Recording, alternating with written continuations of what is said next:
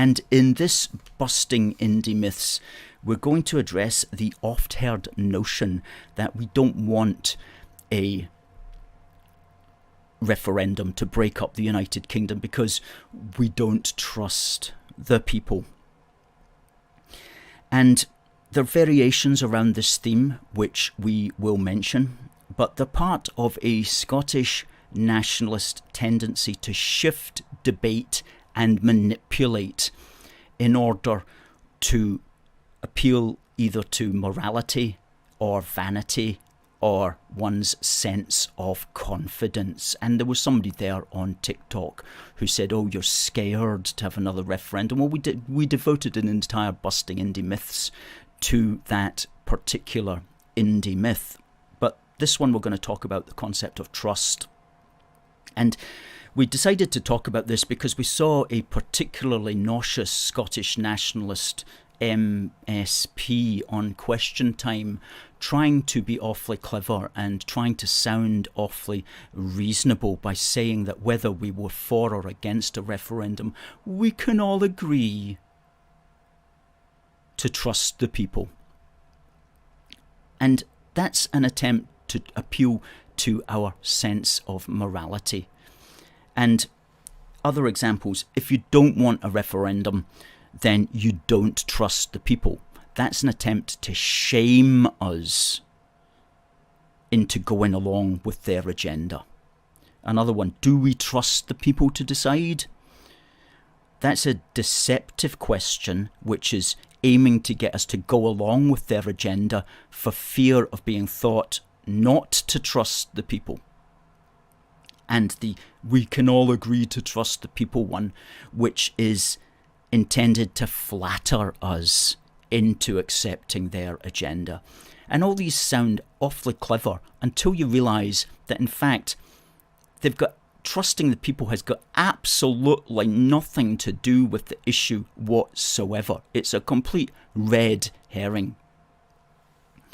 Because this isn't a referendum about whether or not we trust the people. Nobody is proposing that we are to go into the polling station and be presented with a ballot paper saying, do you trust the people, yes or no? That's not the matter at hand. That's not the matter we're going to be deciding upon. So whether or not you trust the people is totally irrelevant. And it's also absurd because they're trusting the people to make their decision. We want to trust the people to make our decision. And at the end of the day, each of us is going to be just about half right. So it's an absurd shifting of the debate in order to manipulate your sense of morality or your vanity or your sense of confidence in the cause in order to get you to go along with their agenda. So we should see it as simply a red herring, that one. This isn't about a referendum on whether we trust the people. This is a referendum on whether or not you want to break up the UK. Trusting the people is, in this instant, neither here nor there. And another one is on that same idea of shifting debate is, oh, well, a referendum will prove whether you're right or wrong. Again, shifting the debate to being proven right. I'm not interested in being proven right. I'm interested in stopping you getting your way.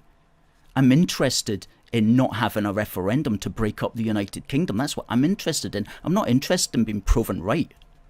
Okay, so don't try to appeal to my sense of confidence in the cause in order to try to lull me into going along with your agenda. So we've got to be wise to these tricks.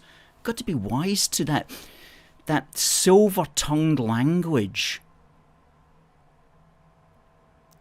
How do we stay wise to that?